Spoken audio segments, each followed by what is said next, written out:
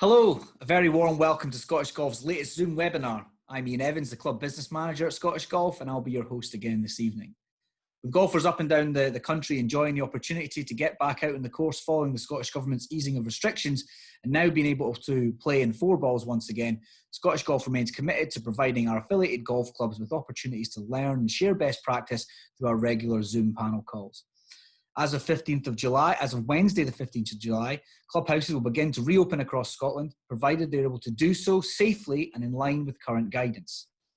With that in mind, today we're delighted to welcome Graham Finney and Andrew Kelly from Sports Scotland Facilities team to talk about how clubs can ensure they reopen their facilities safely. If you haven't been able to join before, the Scottish Golf webinars are a new interactive series for golf club managers and officials across the game in Scotland.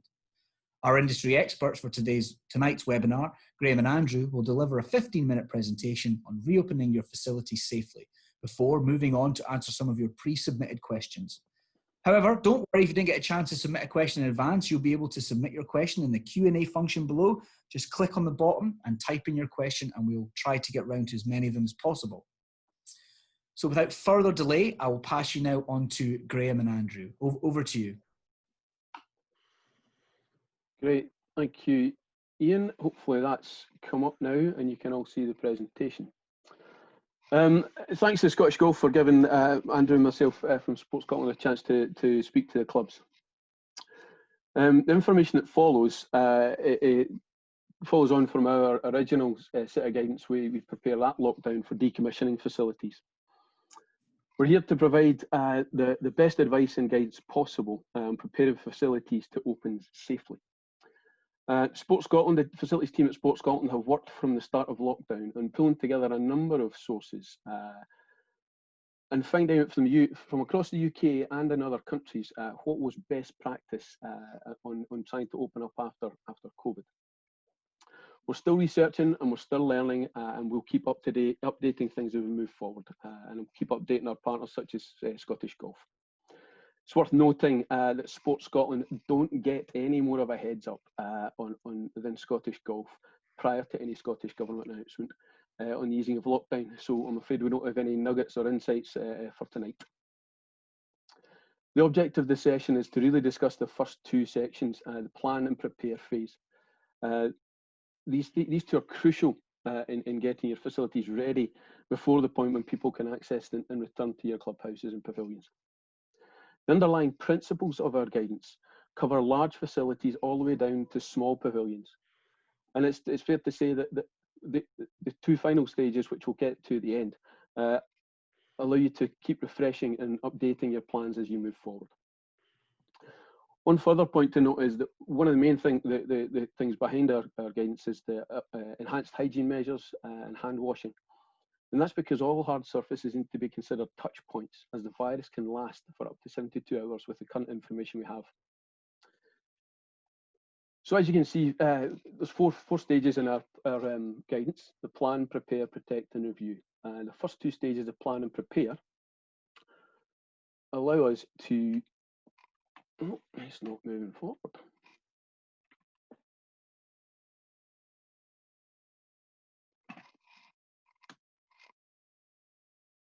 Oh, it's disappearing. There we are. The planning stage is the considerations the committees or management committees need to make to undertake to make sure that the facilities are ready. So it's reviewing any operating policies and procedures you may have. If you haven't got any, it's a good time to write them.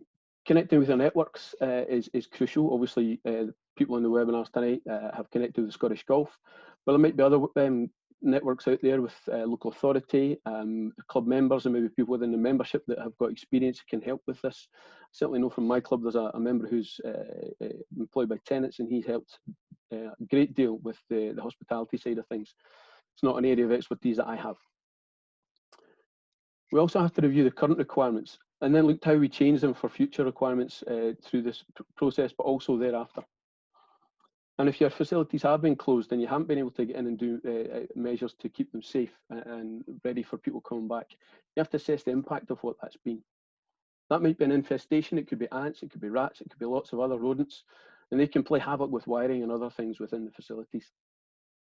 Other things that may have happened, you could have damp or even doors and things like that might have settled because they've not been in use. And you just have to assess that. The damp might not be water ingress, it could be condensation if systems have been shut off.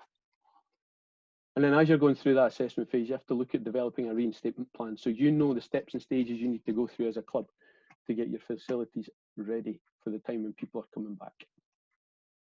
That then moves you on to the preparation phase, the actions to get your facilities ready prior to anybody coming in.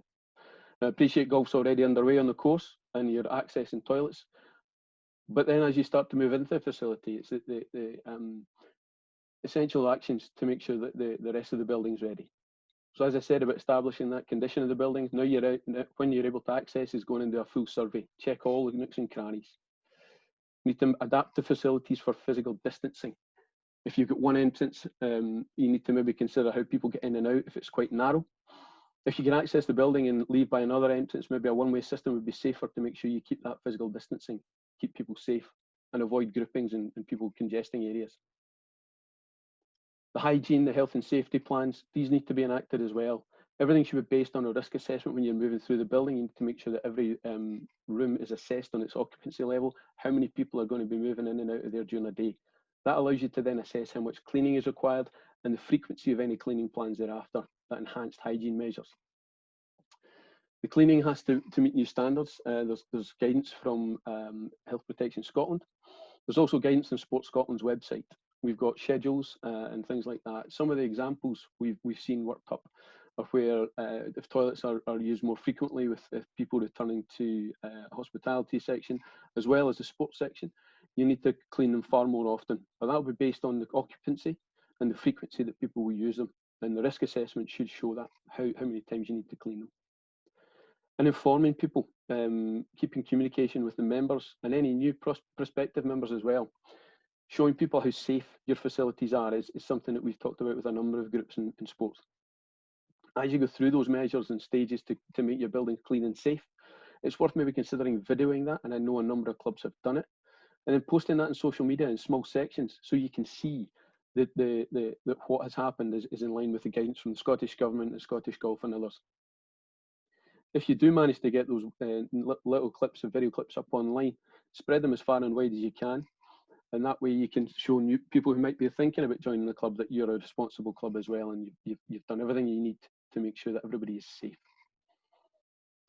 And when we're looking at all these plans, they are based on risk assessments, and there's examples on the Sports Scotland website. And as I said earlier, if somebody in the club has got experience, it's maybe worth asking them to help out because it can be quite daunting if you've never done it before. And that will all depend on the size of the club and the size of the facility as to what you need to do in terms of these stages. There's a number of other factors that need to be considered in the preparation phase. Obviously, with golf being underway, most courses will be ready, will have been ready for some time. But obviously, there's resources available on BIGA and the Institute of Groundsmen, the Grounds Maintenance Association websites, which are great resources for helping you get your courses back and your training and practice areas as well. The final two sections of our guidance are the protect and review phases. In the protect stage, it's when people are back in the building. So if you are opening up toilets, you are opening up further areas as restrictions ease, maybe you're getting into locker rooms at that point, you have to make sure that everything is safe. You have to review the plans you have in place. You have to review the flow of people going in and out of the building. And even after you've got it open, you maybe need to review that if things aren't going quite as you expected. What looks great on paper might not actually be great in practice. Looking at how things are working with the golf, the actual playing of golf, and the interaction of people going through the hospitality section of your clubhouse, if you have one. If there's areas where there's congestion starting to happen, you have to review that and make sure that both sides of the golf club's operations are working smoothly. That comes under the review stage, but the review piece at the end really is about making sure you're looking at all the steps and stages you go through. All the plans you have are updated, all the risk assessments are updated. And as the restrictions are eased, making sure that you take cognizance of those in your plans and your risk assessments, but also making sure that you communicate everything to your members, whether there's a change in operations or whether there's no change in operations. If there is no changes, then it's a great opportunity just to reiterate the existing measures in place, refresh all the signage if it's been damaged by the weather. We know how great it can be in Scotland, even in the summer. But also making sure that the club staff know what's going on as well, that they know if there's any changes or no changes as well, so they can be very clear about how things are going to operate. Both Andy and myself are from a construction background, and on sites, they have what's called a toolbox talk at the beginning of every week. And that toolbox talk goes through what actions are happening, what machine and site plant is happening. So at the start of a construction, you'll maybe have steel and cranes, things flying about over your head, whereas you get to the end of it, it's final fixing, it's wiring and electrics. All have their different dangers, and all of them have different ways of mitigating the risks. But that's the kind of thing we have to consider when we're changing things through lockdown. We have to consider what changes are happening and make sure everybody's aware of what's flying over our heads or sticking out of walls. I'm not saying that's what your clubhouse looks like, but it's the only analogy I have coming from a construction background. So once we've got through as many of these reviews and updating of our plans, hopefully, with our fingers crossed, we'll have no glitches. But what we do know is that within the Scottish Government plans, there is a projected spike in COVID cases, and it could happen. But if you've done everything correctly, it should be fairly easy to move back a couple of stages if you need to. But then it should be also equally as easy, if not easier, to move forward again, because you'll have ironed out all the wrinkles and bumps that allow you to open up your clubhouses and your courses with a lot greater ease than we have done in the first few weeks of this. So hopefully that's been helpful. Hopefully you've got some nuggets of you can take, and we'd be delighted to take questions now. Okay, so I don't think we've had any come in live. If you want to stop the screen share, perhaps we can get into the pre-submitted ones, and then if any come in live, we'll deal with those as we go. While you're doing that, if I may just make a couple of plugs for affiliated golf clubs watching. The RNA, many of you may be aware, made funds available to Scottish golf clubs via Scottish Golf, and one of those funds I'd like to draw your attention to is the fixed cost COVID fund, and that is £500, a maximum of £500 available to every affiliated golf club. It's not means tested, very low barriers to get it. And that's for any cost associated with readying yourself for COVID-19 related. And that may be previous spend, and it might be future spend. Health and safety product, professional advice, Zoom licenses. It really is very open. So if we've had, I think, about a third of the affiliate clubs in Scotland applied for that. There's still 2 weeks to go. If you haven't applied for that, I would strongly advise you do that.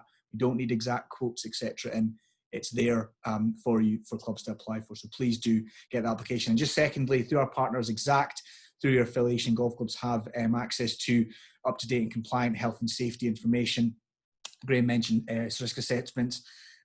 Exact have created bespoke COVID-specific template risk assessments are editable for golf clubs, and they'll also provide over-the-phone advice on that as well. So please do access that resource that you get as part of your affiliation. So sorry for those two plugs, guys, but I thought it was relevant to make the clubs that are aware of that. Okay, so thank you very much for that, Graham. We had a lot of pre-submitted questions come in. They fell into a few different categories, mainly around the clubhouse operations, toilets, face coverings, PPE, and locker rooms. So I'll just kind of go through those main areas. So in terms of the clubhouse, one or two clubs were asking in terms of catering facilities that are non-staffed, like a coffee machine. Can clubs open a clubhouse lounge to members so long as there are like, sanitisation and social distancing measures in place, but not have it staffed? Is that something you think is doable at the moment? Right now, under the current guidelines, no, that's not possible. It's only toilet areas that are available for clubs. But if restrictions do ease and measures are put in place and a risk assessment is done on how that would be operated, and everybody's given clear guidelines about how that would be operated, under the guidelines that may happen in the next announcement or future announcements, that would be how we would advise the clubs to move forward. Indeed. And I'm conscious I should have made clear there's a lot of unknowns here, because until, as you mentioned, the First Minister says it, we all don't know for sure, and rightly so. Yeah. And so again, a lot of these may be a little bit forward-looking, but another question is, a clubhouse is open.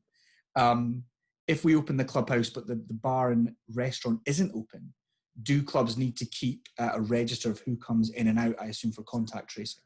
Yeah, it's advisable. Anybody entering and exiting a building needs to be registered in some way, shape or form. As you've got in your previous guidance about people with tea times, they should be kept as records so you know who's been in there and around the facilities. Indeed. Okay. And another specific question, what would the proposed maximum length of a visit for diners be, or is that down to the club as it is for other, hospitality venues? I think, Andy, have you got the hospitality guidance? Hospitality guidance, I'll go through. It will vary. We have got, if somebody is in for 5 minutes, then it's fine. We would also not expect somebody to be there for over 2 hours, let's say. I'm just going to look at the guidance at the moment. Sure. Just as I'm looking through them, Scottish Government has very good guidance on COVID-19. The two that I've currently got up on the screen are tourism and hospitality, and public and customer toilets. So the answer that we'll come back to you with will be based on what is in this documentation. And as Graham said, as Scottish Government change their emphasis, the guidance will then change with that, and that will be posted up. We also tend to post a lot of these up on our website as well. Okay. Something that caught my attention, and we were talking earlier around, golf sits in sport, and essentially the rules apply to everyone the same. I just wonder if you could maybe just kind of touch on that and how golf's looked at by the government amongst other sports. Sorry, and could you repeat that?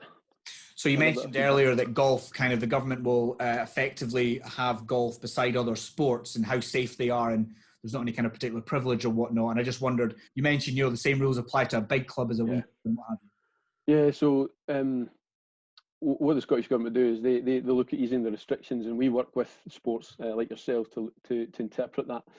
And once we've understood what the guidance means for sports, we then work with you guys to pull the criteria together. It's fair to say that there was one Thursday we knew what the First Minister's announcement was going to be, but that changed entirely. So it's not as if anyone's sport's been prejudiced against. It's down to the scientific and medical advice that the government are receiving. It's not based on any sport or sporting activity. Okay, thank you very much. Coming on to, feel free to jump in if you've got that. I'm just going to come back on the one, Graham, Ian, that I actually couldn't find there was a specific time. But you really have to look at it in terms of what your bookings look like, what your capacity is for your space, so you're then able to move people in and out without reducing the recommended social distancing. Okay, and that brings us nicely on to the next one around closely connected, closed clubhouse operations. And again, I'm conscious that there might not be specific answers to this, but again, the question is, do you have any advice on how to maintain a 1 metre distance, if indeed that's announced on Wednesday, considering indoor dining, seating plans? What kind of nuggets of information would you give clubs to consider doing that safely? It'll be marking it out, like tape on the ground, like other establishments are doing. If you've been in other retail outlets, it is literally just measuring it, taping it, and making sure that there's enough space between the tables. You might have to move some tables out if there's not enough space between tables to maintain that metre distancing, if you're allowed that. And it will be based on that risk assessment, and it will be based on how many people you can get in to that space safely. As Andy said, there'll be table bookings. Is it tables of 4 or tables of 2? And they're just making sure that all of that is adapted for each different setting. Okay. It's complicated. It shouldn't be that complicated if you can maintain a set number of seats. But if you do move things around, like I know some establishments used to do previously, that could complicate matter, because you might have to then retape and remove things and recalculate. If you have a fixed number of seats, that would probably be the best advice. Okay, and on that, so when people are in the clubhouses, do you know whose responsibility it is to police social distancing between groups of golfers, or while they're in the clubhouse or the course, for example? Is that staff, or is it on the individual? So I believe that no one can actually police it apart from the police. If you've got any issues, you have to call them if somebody's being antisocial with that. But there was an interesting one when we were on a call to Sport New Zealand. They were coming out of lockdown entirely. They were moving from professional sport was already underway, and they were going back to amateur sport. And their biggest concern was complacency. And what they were looking at doing was trying to get people to self-police. So it was everybody's responsibility to self-police so any of the situations like hand washing, hygiene, all of those things. So the current situation we're in, it's great if people could self-police. Because the analogy I use it, if one person makes a mistake, whether it's deliberate or not, that could be the whole room. That could be the whole team, whatever sport you're playing. That could be up to 32 people who then have to self-isolate for 14 days. Their families have to self-isolate for 14 days. You know, that's a big impact from one person's mistake. So I think it's everybody's responsibility. But if you do have particular problems, then the advice I'm aware of is that you need to phone the police. Sure. A couple of questions come in. One from David Fleming. We're going to touch on that, David, that subject later on. But one's coming from Les Durno up at Cruden Bay. The question is, will there be a maximum number of people at a table setting? Graham mentioned a table of 2 or 4. Do you know what that will potentially look like? Maximum people? I don't know if there's anything in that guidance you've got, Andy. There was nothing in the guidance that I was looking through at this point in time. I mean, obviously, but at the moment, it's based on the number of households you're allowed to put together. Yeah. So that's the maximum you could have right now. But then, I guess, what will change is the guidance from the Scottish Government as we move forward. Okay, excellent. Thank you very much. Again, quite a specific one. Any advice on addressing Legionnaire's disease risk in the context of a clubhouse? That's it's very pertinent. There's a lot of old buildings out there. If you haven't been in managing to flush your toilets, run all the taps for 5 minutes once a week. That's a kind of rough guidance we know that the HSE has. You need to get your water tested. There's several companies around the country who will do that. I don't have any names to hand. The cost depends on the size of the facility. It can be a few £100s to get the water tested. Obviously, Legionella could be a big one if there's a lot of clubs haven't been able to get in and run all their taps. And the last thing we want to do is put an extra burden on the NHS. If it does prove that you have got waterborne bacterial virus or Legionella, then the whole system needs to be flushed. A cost I cannot put against that because it's a day rate and it will depend on how many changing rooms you've got, how many showers, toilets, how big the facility is. So it's a real unknown unless somebody puts a figure against it once they've done an initial assessment. But that's the best advice we have. That's the advice we've taken from the HSC and others. Sure, absolutely. And again, that description of that cost would be absolutely nailed on for that grant funding I alluded to earlier as well. So we've had a lot of questions about toilets, as I'm sure you can imagine. It must have been a popular one across many sports. All the questions we fell into 2 main areas, and I'll just kind of ask them together. So within the guidelines, it's called for enhanced cleaning of washrooms and on-course toilets. How is enhanced defined as the first part? And the second part is, I read that toilets should be cleaned frequently. And how would you define frequently? So I guess, what does enhanced and frequent mean in the context of toilets? So enhanced cleaning is literally cleaning everything, every surface. You should consider removing domestics fittings as well. Anything that's removable needs to be taken out. The reason for removing domestic type fittings is that there's multiple touch points on there, whereas on commercial, the toilet rolls and other consumables tend to be within an enclosure, which makes them slightly safer. Also safer for staff restocking those consumable items. The cleaning also should be antibacterial based rather than just detergent based, trying to kill the virus. And what we've seen working with leisure trusts and others and looking at the advice across the UK and other countries is that where you have cleaning products for toilets and areas like that, you should keep them there, and they should be in a set marked bucket, mop and all the rest of it. And as you move into more front of house areas, those, again, different colour, and those things should be marked so there's no cross-contamination, because what you'll find is those areas like toilets will be cleaned far more frequently, and it's based on occupancy and how many times people are coming in and out. It could be as much as every 15 minutes or less, but if it's not frequently used, it could be up to half an hour. But that needs to be marked, and you need to have a register of when it's been cleaned and checked on the front of the door, not behind the door, so that people can see. You know, it's that thing I said earlier about showing people that you're going through the steps and stages to keep them safe. So have it clearly visible. So the cleaning advice, we've got some information on that on our website, and really the frequency is down to the facility and the number of users. As you move into opening up hospitality, it will be more frequent, far more frequent, depending on the size of the facility as well. If I just jump in there, Graham, with the Scottish Government, they actually do mention frequency specifically. But what it actually says, it should be increased beyond that which was the case before COVID-19. Yeah. My background before Sports Scotland, I was working in operations. My view is, if you think you've cleaned it enough, you've not, go back and do it again. And that would be the process that you would look to do. Yeah. I mean, and one of the things that we talked about earlier in this series of webinars we've been doing for other sports is, you know, it needs to be a deep clean. And the best description I had was it's when your mother used to clean your bedroom.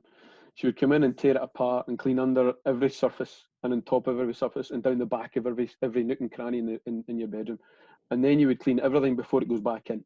And that's literally what you need to consider, because once it's clean, you know that the next time you clean that area, it's going to be spotless, and it will maintain that clean surface with the antibacterial products you're using, so that we can try and remove any touch points where the virus may last.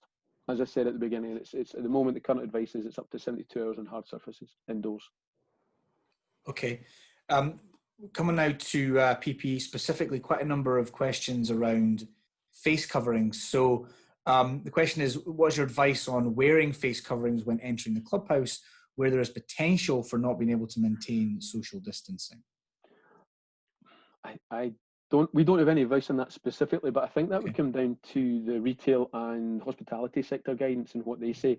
Obviously, I think the move is to 1 metre plus, and that 1 metre plus is with mitigating measures. And I guess it'll depend on that facility, how you risk assess your facility and how you're going to manage that 1 metre distance, and if it comes down to that, or the 1 metre plus. The mitigation measures will be in the guidance. Yeah. Again, there is a very specific COVID-19 phase 3 called Staying Safe and Protecting Others, which has the information that we'll be looking for here. And it does vary, as Graham said, it's very much circumstance dependent, but the guidance is there that would take you through what you should be trying to do. Okay, I've noted that. We'll be sure to link to that when we can as well. So this is maybe a question about clubs take of their own accord making things mandatory. Would you advise clubs that make face coverings mandatory as they are in the shops, like the pro shop, supermarkets, in the whole clubhouse? If that's a step a club wants to take, that's great, because it is looking to make their members and guests as safe as possible. But at the moment, there's no requirement from the Scottish Government. And is there anything in there about PPE, or do you recommend, or in the regulations that you mentioned, Andy, about what is the recommended PPE for bar and catering staff? It does depend. There is no absolute right. There is different varieties of face coverings. It's very specifically mentioned here. It talks about face coverings. And it's back to the risk assessment again. What is the risk? So if you've done your risk assessment, you'll be able to assess what the appropriate face covering is for your staff members. Okay, excellent, thank you. The final number of questions we had were around locker rooms, so I'll take these kind of points together. Can locker rooms reopen, and what about outside buildings such as trolley stores? How should they be viewed? Yeah, indoor spaces right now can't be reopened until the government relax the measures for lockdown. That's the current guidance. Outdoor storage buildings, unless they're being accessed for first aid, I don't think they're allowed to be used either. If we move into that phase where we are allowed to access changing rooms and lockers and storage areas, they have to be assessed as every other part of the building. And I would emphasise that on storage buildings, just because they're outside, just because they're stores, they still have to be cleaned down to the same measures as you would the toilets and the front of house areas within the main clubhouse. Okay. Excellent. Well, that brings us to the end of the main areas of questions. And thank you for all the very detailed, informed answers you've given there. Would you like to add anything before we close up, Graham and Andrew, yourself? No, just thanks again for the opportunity to speak to the clubs. I hope they found it useful. Our information is up on our website. We will be updating, as I said. If we learn anything new, we'll make sure ourselves and Scottish Golf are aware of that. We're continually looking, as I say, and researching in case something new comes up. I think the only other thing to add in there, Ian, is that it's, from Sports Scotland's perspective, this is not a one-off, as you well know yourself, is we are there to help with any questions, whether that comes through the team at Scottish Golf or whether clubs speak to us direct. We're always there to help and give advice. That's a great shout, and that's maybe something we can potentially look to link as well. So thank you very much for that, Andy. Okay, well, ladies and gentlemen, this brings a close to our Scottish Golf webinar. We'd like to thank our excellent panellists, Graham and Andrew, for their invaluable insight and advice tonight. I'm sure that we'll all agree that there's been some really valuable discussion which will support all of our affiliated golf clubs. To all our delegates that have joined tonight, we thank you for your questions and hope you have enjoyed tonight's webinar. If you missed anything from tonight's webinar or would like to catch up on any previous ones, then you'll be able to watch them all on our website, scottishgolf.org. So from myself, Ian Evans, our panellists, and all at Scottish Golf, stay safe and all the very best with reopening your clubhouse facilities later this week. Thank you very much. Goodbye.